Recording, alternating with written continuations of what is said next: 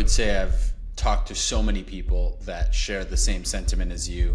Nobody likes to do shit they don't like just for the money, especially when you've been successful. I really believe in the future of business being creator driven because, again, it's people buy from people they like and trust. We know off camera we've talked, I work for one of the biggest companies in the world, and they are hiring creators to post about products that are sold. They're posting about products that cost $100,000. If you have an idea and you have the will and drive enough to actually bring it to life, like, you will figure out how to do it with AI now. Like, it is crazy, because I understood and I still believe that timing and moving fast is of the utmost importance for this, because this is one of those ideas that, like I said, there's apps that are kind of sort of similar right now, but also I'm sure when we launch, it won't take long until there's copycats. I like to say it's like we're in this digital gold rush right now where like any idea has dollars and cents behind it now, and the ability to build it has never been easier. And it's wild. It literally is wild. Welcome back to another episode of the Beyond the Wealth podcast. I'm your host, Andres Sanchez, and today we have a familiar face with us, Alex Hayden, the founder of Paid. This is a new platform for creators to basically roll out like TikTok shop for digital businesses. I'm really excited to understand and learn more about it. I think plenty of our listeners and our viewers are going to get value from this. There's tons of brands that could take advantage. I got a little bit of a sneak peek before we jumped on the air, and I think there's going to be a ton of value here, and I'm happy that Alex came on to share it with us. By the time this came out, this app will be out, so make sure to go and look in the description, check it out. Alex, thank you so much for being here. It's always exciting to have a second time guest. I was about to call you a host, second time guest. Yeah, thank you, bro. I'm excited for this. And to your point, it's kind of cool to see everything that's transpired, because I just remember from the last time that we did the episode, like, what I thought I would be doing right now compared to what I actually am doing is vastly different. And it's kind of funny how, it always ends up seeming to happen that way. You always think you make these grand plans and schemes in your mind, and you're like, yes, this is the way it's going to go for the next few years. And, it always ends up taking some twists and turns, but my experience has usually been for the better. Yeah, I think it's actually been like either right on the dot or pretty close to 1 year since our last conversation. Mm-hmm. And I love that you make that point. Like, I'm curious, where did you think you would be in a year after our interview compared to where you are now? Yeah, so obviously when we did the interview, I was still like really deep in the no code space. And like, not that I'm not anymore, but I was really focused on growing that space as a whole. Like, that was my goal, like, to bring more awareness to the no code space and to grow it. And so, like, I remember the last time, like, I was in talks with this no code builder about basically becoming their CMO, and like that kind of ended up falling through. And so then there was just like a plethora of like, I was like, okay, am I going to go build my own no code builder completely on my own now? Am I going to just scale this development agency? There were all these things that, like, I kind of like thought I might want to do. And I even built some more softwares in the meantime. Like, I built a power dialer, and I did scale my agency. And so there are all these other things that I have done in the last year. And it ultimately kind of just like led to me being totally uninterested by them. It was the power dialer. I only built it for a YouTube series. Like, I didn't actually have interest in running and growing a cold calling software. The development agency, I only scaled because it paid great, but I don't enjoy running an agency at all. I don't really know many people that enjoy running an agency. And so that was kind of something that I was like, wow, I'm literally just doing this for the sake of money. And that's something that I try to avoid, is doing things solely for the sake of money. And so, eventually I kind of like had this epiphany for Paid when I was on a run. And it was either the very end of September or early October. And it was just like the fastest I had ever moved. Like, it just made so much sense to me. It was so clear. It was like I had never hired devs so fast. I never spun up, waitlist landing pages so fast to gauge the interest. It was like boom, boom, boom. I went to the studio and like made content about it like the next day. Like I had never moved so fast on an idea because it was just such a clear epiphany to me, and I had so much conviction in it that I was just like, go, go, go. And now we're getting to the point where we're finally about to launch in the last 10 days of December. I love that. And I would say I've talked to so many people that share the same sentiment as you. Nobody likes to do shit they don't like just for the money, especially when you've been successful, you've built successful products, you understand what it takes. Most people then try and find like what's something that I align really well with. I think this is a great segue for you to give us a breakdown of what paid is and why you got so excited about it. Yeah, so I'm solving problems on both sides of the coin for myself because I'm a creator and I also have businesses that hire creators. So I'm able to see both sides, and there's a lot of problems. And I also think it's important to distinguish. I think everyone should be a creator, and I think it's important to distinguish. I believe a creator is different than an influencer, right? Um, I think creators are like kind of like smaller. They're more like regular people. It's like anyone can be a creator. Like I don't care if you have 1,000 followers. If you really like food, you can post about food and you're a food creator. Now I think like when you're influencers, when you just have like tons and tons of followers, and like that's actually like maybe what you do for a full-time living. Maybe I'm not making the right distinguishment, but I'm just saying I think there's a difference between them. And I would consider myself a creator. And on the flip side, I own businesses that have hired creators.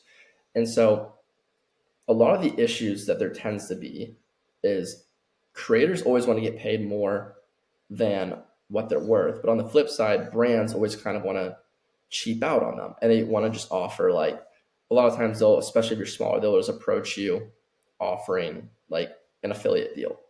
Um, and on top of that, it's hard to find good creators on the business side. Very, very hard to find good creators. And again, back on the creator side, it's very hard to find brands that align very well with what you talk about to where you can actually make money. Because again, you want to keep making your videos as organically as possible to have the best shot at one, keeping your audience happy, but also making money. And so pay kind of solves all these problems. It's kind of like the TikTok shop for digital businesses is how I describe it, where a business can set their monthly budget and then they can set how much they're willing to pay per 1,000 views per platform. So Instagram, TikTok, and YouTube. And then, the business gives guidelines. Hey, your post has to fall inside these guidelines. You have to use this B-roll. You have to use this call to action. Here's some videos that have done well for us that you can model, et cetera, et cetera. The creators connect their account and they begin posting, and they automatically get paid out and the views automatically get tracked. And then there's also creator competitions, where again, same deal. They set like the duration of the competition and the budget, 2-week budget, $5,000 prize pool. First place gets 2K, second place, or first place 3K, second place 1,500, third 500. And the same deal. It's a little bit more high risk, high reward for the creators. But if you get the most viewed video in a 2-week duration, you made $3,000, which is pretty good. And then there's also just straight up brand deals through it as well. Like they'll put out a job post and, hey, I'm looking for a creator to do 30 videos for a 3K a month retainer. And so that is really how paid works at like a very high level.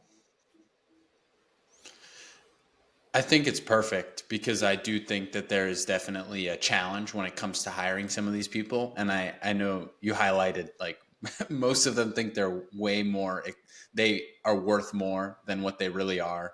Brands Yeah. are typically looking to get the most value out of all of these campaigns. And I'm thinking about just other spaces that are kind of doing a similar thing. Like I think of that, it's mostly for newsletters and YouTube channels. Um, it's called passion fruit, where they Yeah. basically like feed you these campaigns and the brands basically say, hey, this is the type of person I'm looking for, this is how much money we're willing to pay per ad, are Yeah. you interested? And you go and apply. Same thing with Beehive's Yeah. like, do you want to grow in this way? Here's how much I'm willing to pay for a new subscriber. are you interested in a campaign like this? We have this type of audience, and you just click and go. And Yep. it takes away the heavy lift of like emailing back and forward with brand Yep. owners and going back. And it's like, well, I'm worth this. And no, I'm only willing to pay you this. And I think a platform like yours is going to break that because people will forget that that's how it used to be. And then it'll just be like, all right, well, this is how much they're willing to pay. Good. It's money that I didn't have in the first place. Deal. So is there like a negotiation aspect on the platform where I'm talking with somebody, or is it kind of just like, hey, here's what we're offering, yes or no, click and go? Hey, I wanted to take a quick break from the episodes you're currently watching to let you know about our newsletter. We write a newsletter twice a week to a community of over 13,000 CEOs and founders, highlighting the founders that we interview, the brands they're building, and how they're scaling and growing these companies. If you're a founder interested in blowing up your brand in 2025, check out the link below and subscribe to our free newsletter. Now, back to the episode. It's just what they're offering, click and go. I was going to bring up Beehive in the same way that you did. It's like I use Beehive too, right? So it's like I get these ad opportunities every day of a business saying, hey, this is what we'll pay per click or per 1,000 opens. Do you want to do it or not? It's the same principle, but it's for video content. And it's like, it was a genius move on Beehive's ends. And it's like a lot of these creators as well, I'm leveraging my brand, my name to get them these deals. The same way Beehive is with, Beehive's they've got, HubSpot and Nike offering to sponsor me and stuff. Where it's like, I don't got an in with Nike, you know what I mean?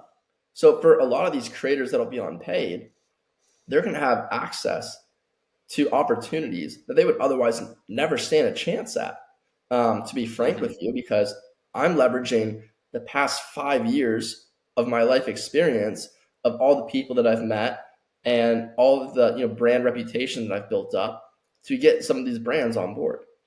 And so, yeah, but there's no negotiation. It's set and go. But again, these are like,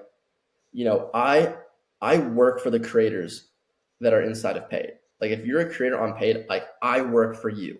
My only job is to make you as much money as humanly possible, whether that is providing you training on content, whether that is getting new brands on it for you, like whatever that looks like I work for the creators, because we don't make any money unless they make money. Yep. Yeah, and I think it's like you make a good point with the Nike. Nike just sponsored my newsletter through Beehive this week. I reach out to the marketing manager at Nike and they laugh at me and Right. in me pitching them on a 12,000 subscriber newsletter. But Beehive being the middleman to it and saying, hey, you can put your ad on here and we can serve it to hundreds of thousands of subscribers across multiple newsletters, gives the smaller creator like myself the chance to be a part of that, where otherwise I wouldn't be. So at least the way that I'm interpreting it from your end as we think and talk through this is you're really putting yourself out there for the smaller creators that want to get the brand reputation and want to build their creator journey with big brands like a HubSpot sponsoring them. In every other world, they wouldn't be able to. But the fact that you've built a platform where you can go to HubSpot and say, hey, I will allow you to be in front of hundreds of thousands of people across multiple accounts, you're opening the door for these newer and smaller creators. And that is, I think, the biggest value in what you're building, because you're, one, giving these people the opportunity, and two, a lot of these creators that might be amazing, but were too small to start or too small to really get traction with brands, so their reputation wouldn't grow, now have infinite opportunity to become big creators down the road. And maybe they want to be influencers down the road and things like that. So that's really where, as we talk through this, I'm seeing the value. You're really empowering the smaller person and then giving the bigger, more established creators the ability to make money on autopilot at the same time. Yeah, absolutely. I mean, again, how many creators like do I personally know that have 10, 20, 30, 40, 50,000, 100,000 followers that really struggle to monetize it? Like really struggle. So one is it's solving that issue as well. And two, like you said, it's like, this doesn't have to be, eventually I want this to be for literally everyone and anyone. I don't want this to be like not everyone wants to be a full-time creator and be like, my goal is to make $10,000 a month as a creator. How many people, because of how tough times are now, like rent's expensive, groceries are Mhm. expensive, life is expensive, right? And so, if you're just an everyday person that wants to be like a part-time creator and you want to make an extra 100, 200, 500,000 bucks a month just to help with some bills, just to give you some breathing room. That's another big goal of mine. It's like, another example that I like to use now is because as we expand, like, I've mentioned a lot of digital businesses so far, but imagine like how many things do you think you've recommended to other people in your entire life just because it's a good product, service, whatever, with zero compensation for it? Whether it's a restaurant you told someone about, a bar, or like any of these things, like we recommend things that we like to our friends. Why not get compensated for that? Why not the next time you go to your favorite restaurant that you go to literally every single week, why not make a video of your experience there and get paid 50 bucks for making that video? Is it a lot of money? No, but it covers your meal, or money that you can save for a rainy day, things like that. Yeah, and as long as you're not living in Miami, that 50 bucks will go a long way. If you're living in Miami, that might be like one espresso martini. So Yeah, make sure you post some more videos. But yeah, no, I totally see the vision here, and I think it's a good segue to one talk about two things. One, and we can start because I have a bad habit of asking two questions at once because my brain's going a million miles an hour. We'll start with the brand side. What brands do you think need to hear this and funnel towards this platform that are potentially underserved, like apps or softwares? I'm curious what you think are the brands that are going to see the most value from coming on this platform and empowering creators that are yeah. maybe being underserved right now. It's hard to say who I think needs the most because I really think everyone's going to need it. I really believe in the future of business being creator driven because, again, it's people buy from people they like and trust. And the other thing is, back to that like distinguisher between creators and influencers, creators are more relatable. We're more regular, everyday people. When Kim Kardashian is promoting whatever giant company she's promoting, whatever designer, like, whatever, like it's not relatable. Like her life Yeah. is not relatable at all. Whereas, when a regular person is just making a video of their favorite restaurant, or like, a small fitness creator with 10,000 followers is making a video showing the app they use to track their calories, like it's much more relatable and organic and normal. So, one, I just believe every business in the future is creator driven, because I know you're probably still a big proponent of outbound sales. I know you're in sales, and I was Yeah. too. I have personally seen cold email, cold calling, LinkedIn performance tank 50% since 2022. It's not the Yeah. same. I wish it was. It was the biggest money cheat code for us in 2022. But the performance has tanked. It has gotten so much worse. And so I just think that industry is diminishing, and everything is pointing to creators and content online. Now, I think apps really benefit from this, especially these B2C viral apps on TikTok. But B2B SaaS, imagine you have an army of people posting YouTube tutorials about how to use your product. That's going to make a difference. That's going to make a big impact. Um, Services, like imagine you have a group of creators growing awareness around your service. Let's say you run an email marketing agency and you have a bunch of creators making videos that target ecom brands about the importance of email marketing agency. Um, so I really think any business can benefit. Um, but to start, we are going to be starting with a lot of softwares, apps. Um, yeah, really just digital business. But again, eventually I want to even get back into physical business. I want to get into restaurants. I want to get in bars and things of this nature. Yeah, and it's funny. I definitely know firsthand that cold email and cold outbound and things like that are taking a hit. I mean, when you have something that does so well and everybody starts jumping on the train, especially in corporate Right. America. You're talking about hundreds of thousands of salespeople pounding the phones and pounding the emails.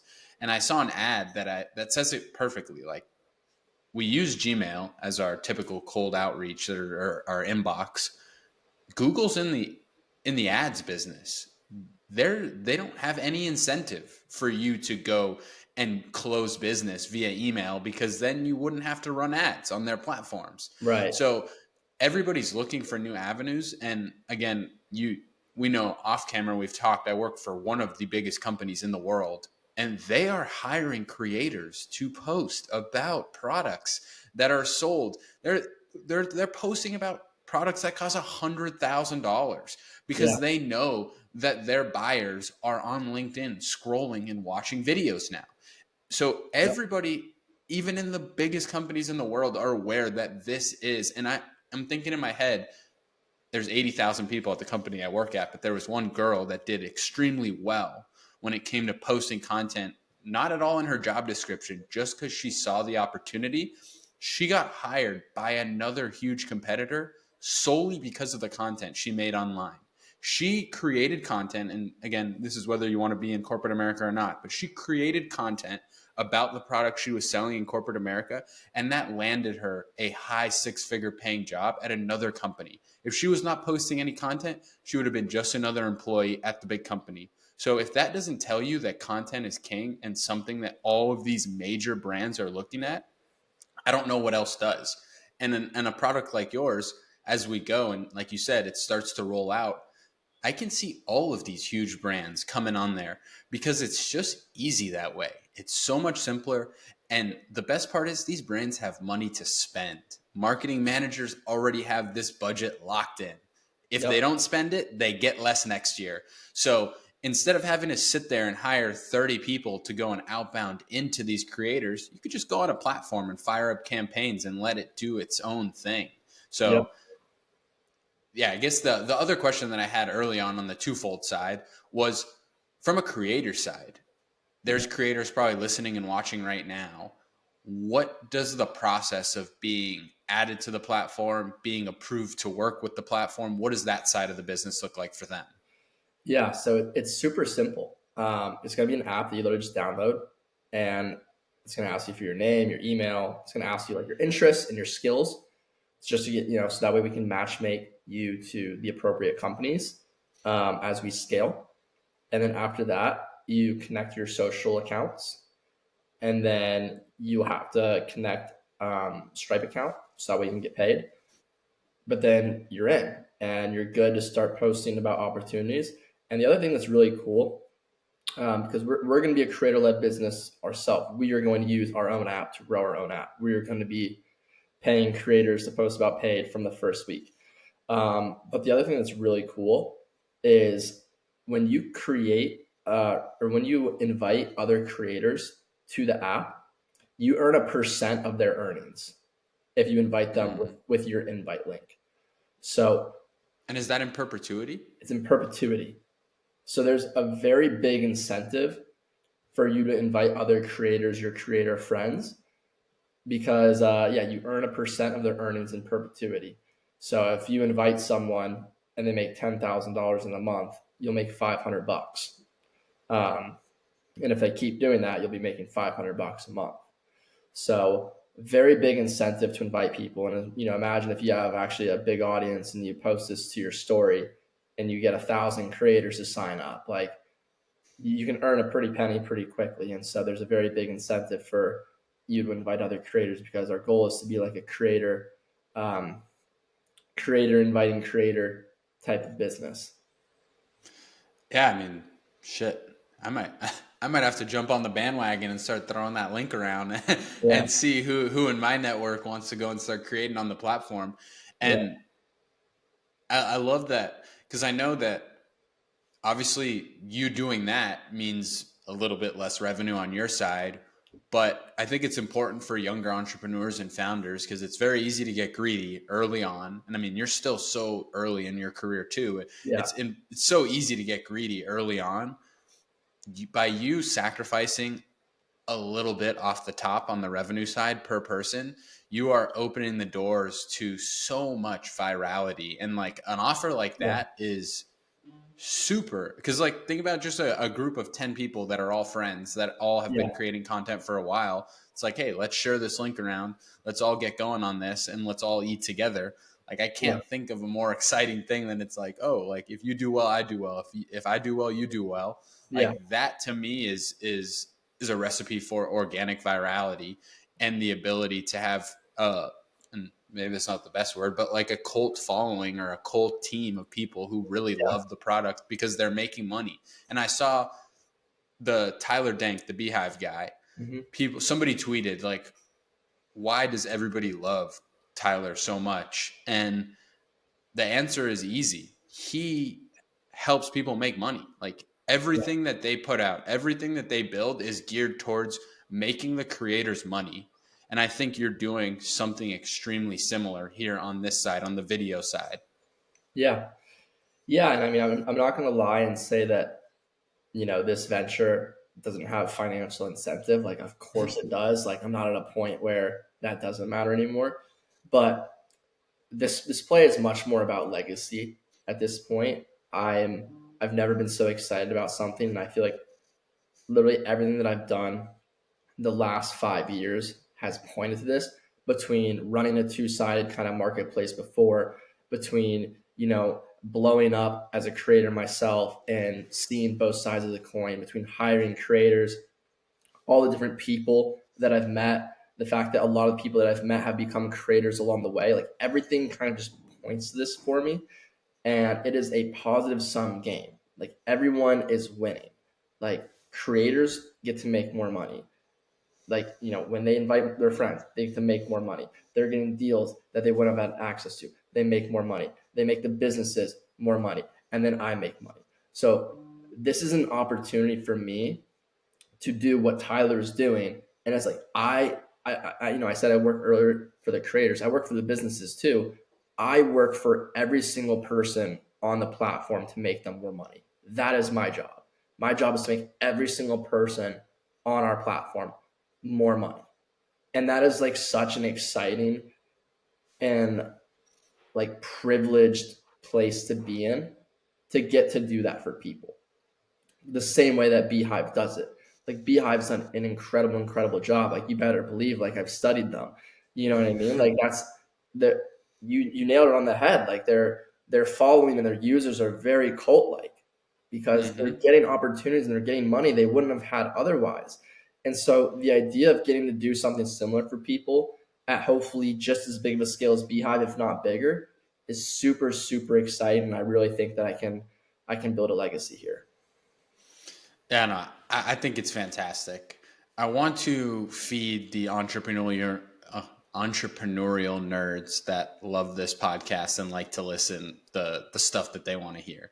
Let's Mhm. talk about how you took this idea from an idea on that run to a real business. What did it take?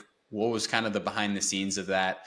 And we don't have to talk anything financial. I just want people that are hungry to build businesses to understand how someone like yourself took an idea to an actual product now launching in a week or two. Yeah. So originally, I thought it was going to be like an agency. Originally, I thought it was going to be like, okay, it's going to be like a two-sided agency. I'm going to train creators and I'm going to manage them for brands. And I was like, let me go script a VSL for that. Scripted a VSL, recorded it, made some content about it, booked some calls, got some interest on both sides. People wanting to be creators, people wanting creators manage for them. And then I was like, okay, I like I didn't sign them. I got commitment from like 3 to 5 businesses to pay a retainer for a managed creator. And I was thinking about it, kind of like how I said earlier, no one likes running an agency. I don't like running an agency.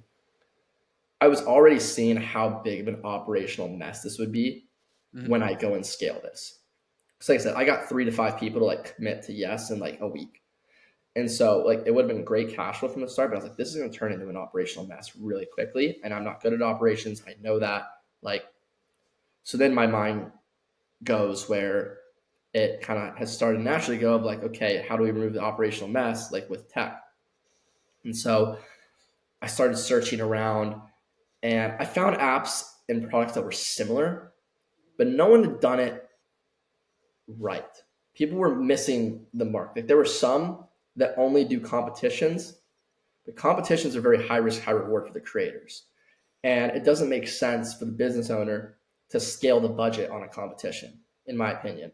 Like if they're going to get 100 people to enter the competition with a $5,000 budget, and they're going to get 100 people to enter with a $10,000 budget, what's the incentive in spending that extra $500? Whereas like a CPM based deal, if it's working, they're just going to keep adding to the budget and scaling with more and more creators.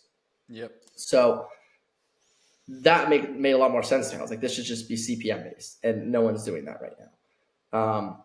And so it got this idea. I started interviewing a bunch of devs, and I have a lot of devs in my network, but I was like, I need people that can do this quickly. Because I understood and I still believe that timing and moving fast is of the utmost importance for this. Because this is one of those ideas that, like, one, like I said, there's apps that are kind of sort of similar right now. But also, I'm sure when we launch, it won't take long until there's copycats, which is inevitable. If you have a good business idea and you make a little bit of noise, getting copied is completely inevitable. It happened at close, like it's just gonna happen. So it's one of those things where you have to deal with it, and you have to literally just be the better business. So I found a good dev team. We set the feature set for the MVP. I talked to people about what they care the most about, and then while they've been building it, I've just been building the wait list to the point where we've got a fat list of creators on the wait list ready to go from week one. I've been sending them emails to get them excited, been letting them know they got to share it on the launch. They got to earn a percent of everyone's earnings. And so, we're gearing up for this launch now where once we're actually on the App Store, I'll probably very sneakily just send an email to my list first just to get 50 people to download it and play around with it and test for a few little bugs before I go pump it everywhere and drive thousands and thousands of users to it. But that's kind of what the process looked like. And I shelled out some cash to hire a team. I was lucky position where I was able to do that. But what I will say again is tech is not as expensive to get into now as you think. Just because I paid a dev team, that was because I needed it really fast, and I have zero interest in learning a sliver of tech. But I don't know if you follow it all. These AI text to app builders are getting crazy. Crazy. I actually advise for one, create.xyz. They have AI packs now, which is it's pre-made AI, these are rapper SaaS, made for you. You can just change the branding and sell it as your own. It's already payments integrated, authentication, everything.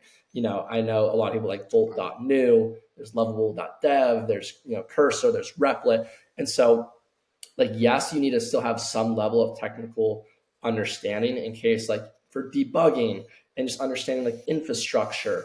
But I know people that are learning that in a matter of I don't know, a few weeks, and then they're able to build full-blown applications using AI.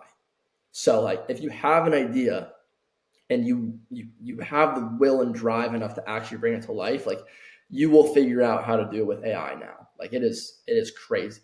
Or worst case, you get 70-80% done, and then you pay someone to get it over the finish line. Yeah, no, this whole AI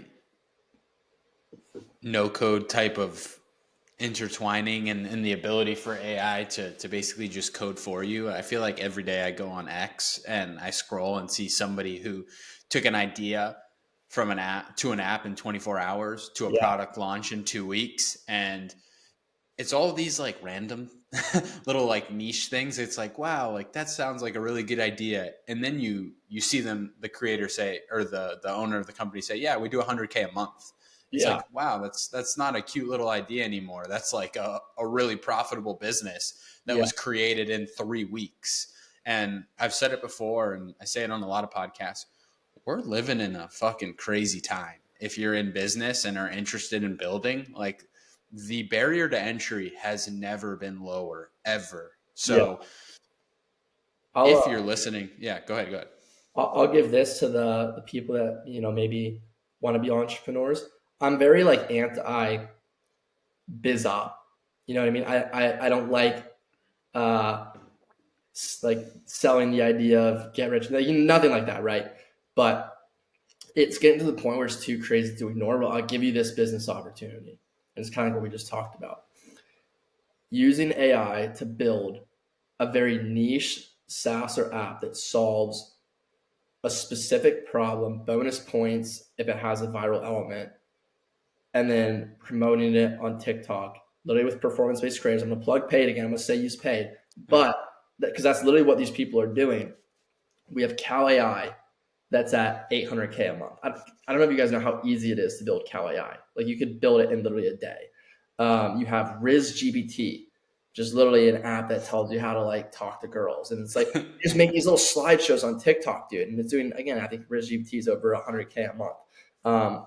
You have Quitter, which is like helps people delete or quit pulling up that like black and orange site, right?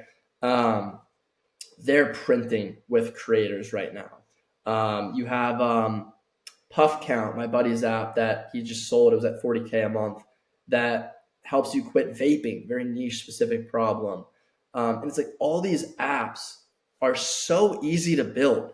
Like the tech is like you can build it in a day, like you're saying. Like these people that are building stuff in a day on X, they literally are building it in a day. And again, I've seen people hit 10, 20, 30, 40K a month in their first month because they had a few TikToks go viral. You know what I mean? Like, again, I'm anti biz op. Like, I'm like, yo, like, build your skill set, build for the long term. But like, this is getting like a little too crazy to ignore.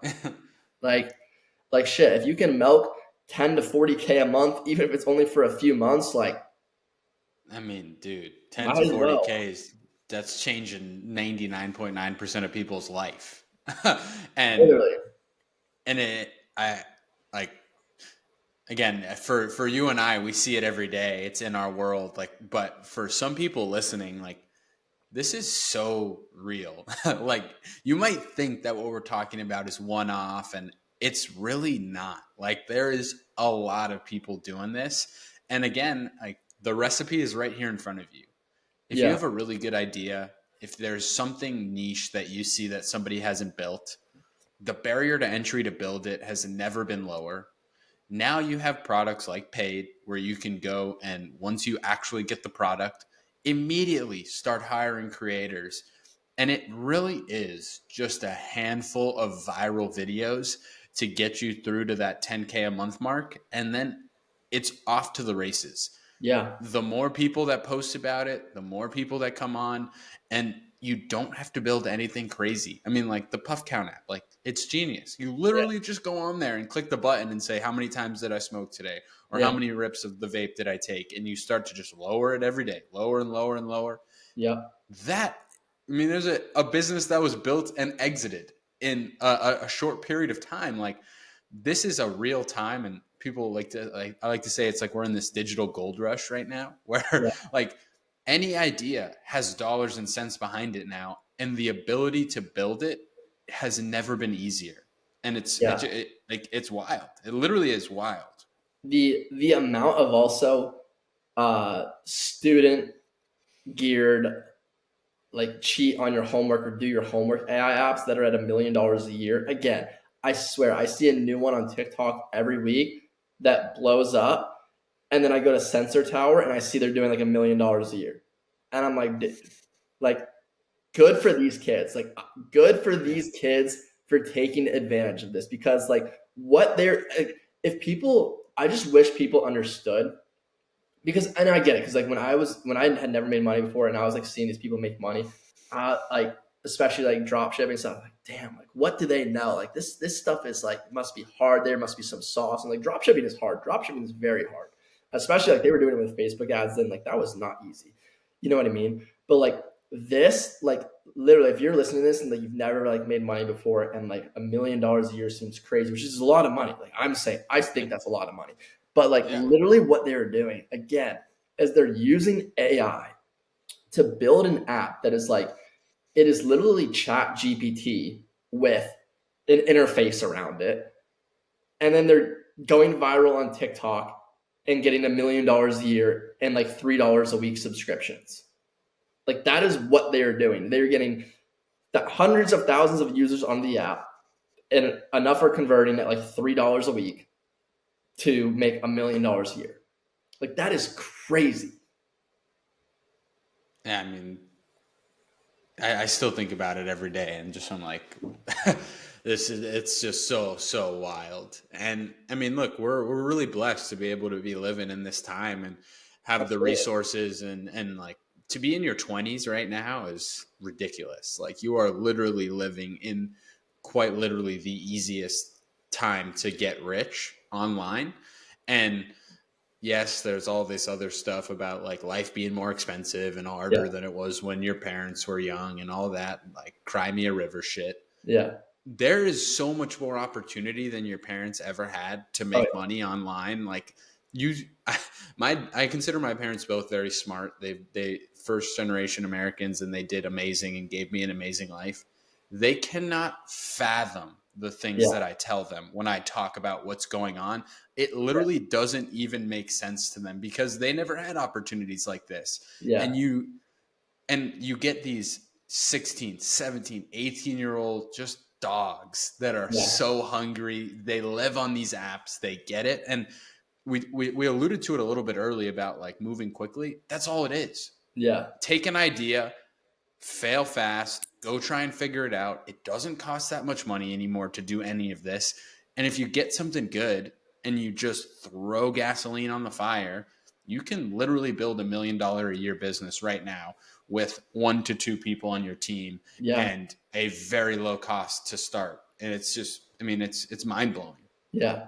I mean, never even mind. It's like the likelihood of you getting $1 million a year career in corporate America. Like, forget even how unlikely that is. But on top of that, imagine how stressful those roles Oh are. my Like, God. you're like the You're fact working that 40, now you can 50, 60 hour weeks. yeah, like now the fact that you can do this, with the little AI app, like you're not a surgeon, you're not an investment banker working your face off, like you're not a lawyer working 100 hours a week with his own, like all these things that you used to have to do to make that. It's like now you can make an AI app to quit vaping. Like, you know what I mean, dude? It's like, seriously, we're so blessed to be living right now and have these opportunities because it is absolutely crazy. Like, there's no reason that I should be living as good as I am right now at 23. It's like, bro, I've got 2 apartments. Like I said, I literally just got cold in Ohio, so I got another apartment in Miami. I'm paying for 2 apartments right now. I've got my dream car.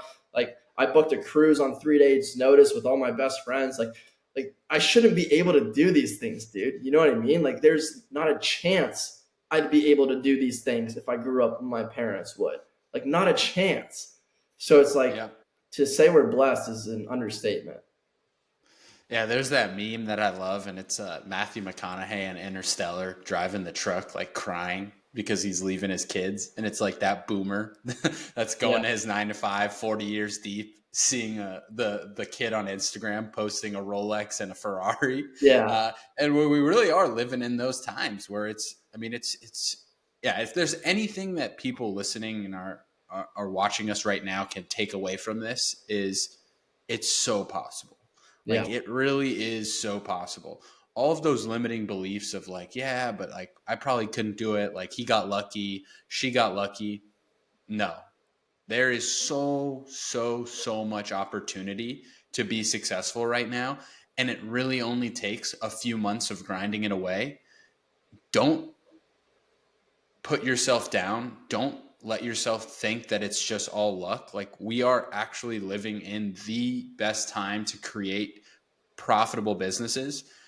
If it's something you're passionate about, if it's something you're interested in getting into, stop scrolling, stop reading all the fucking books. Like just go try. Yeah. Go spend some money and try. I promise you, you will be surprised at how, and I don't want to say this wrong, but easy it is to Yeah. be successful in this world. Yeah. Dude, we went on a serious riff there, Yeah. and we're coming here to the end of the episode.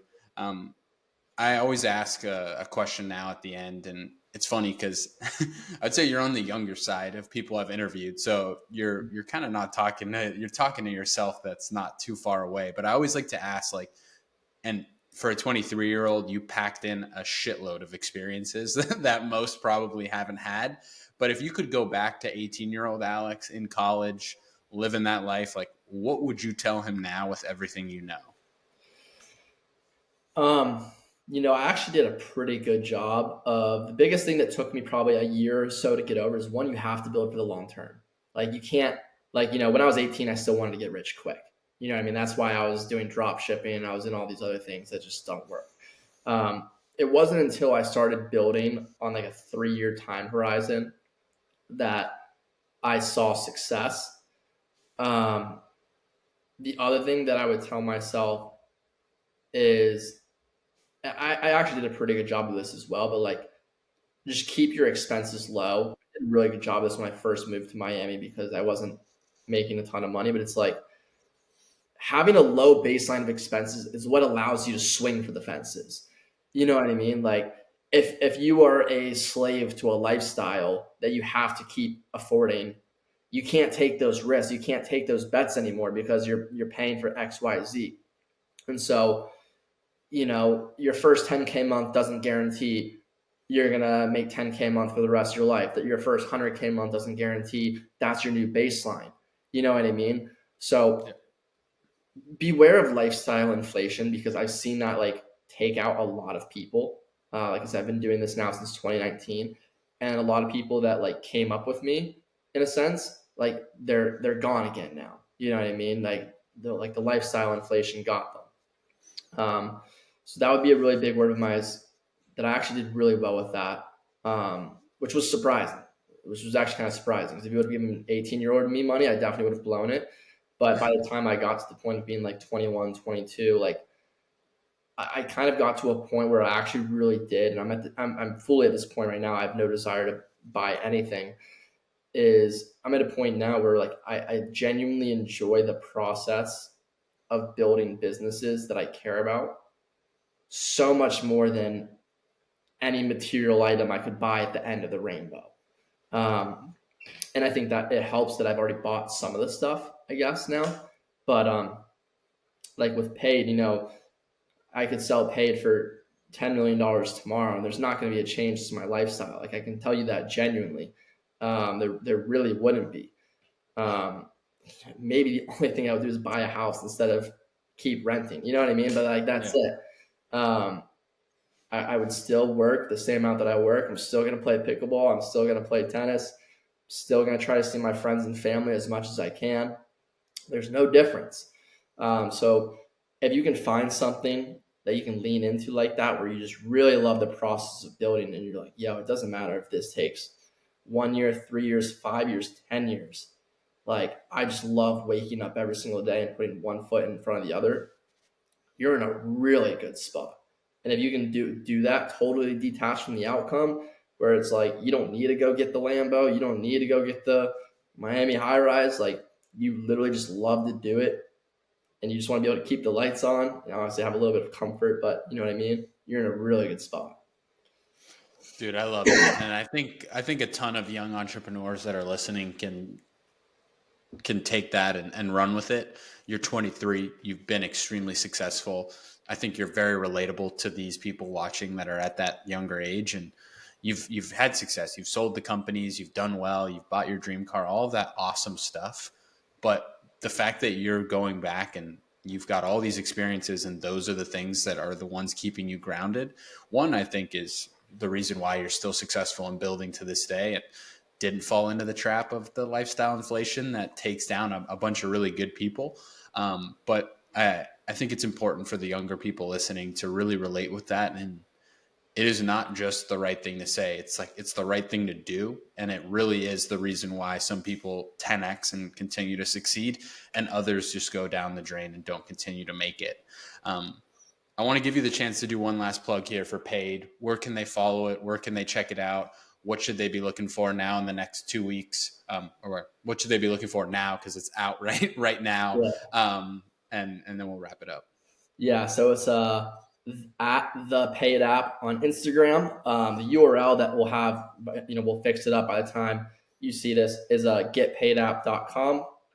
So you should be able to find both sides of the coin there, whether you're a creator or a business. If you follow me at No Code Alex, I'll be posting about it. I'm sure you'll be able to find it there. And yeah, I really hope you guys are a part of it, because again, it's going to be a generational run, and by the end of 2025, I really think people are gonna know who we are. Awesome, man. Thank you again for coming on the show. It's always a pleasure talking. I love the fact that we were able to make another episode happen. I think it's cool that people can go back and listen to you a year ago and see now where you're at and what you're Yeah. building. That's one of the things I love about doing this. So thank you for making the time to jump back on. Yeah, thank you, bro. I had a blast. This was cool. Yeah, for sure. And like Alex said, all of that stuff will be linked in the description below so you guys can go and check it out. Thank you for sticking with us, watching or listening wherever you're at. That's the end of this podcast, and we will see you all on the next one.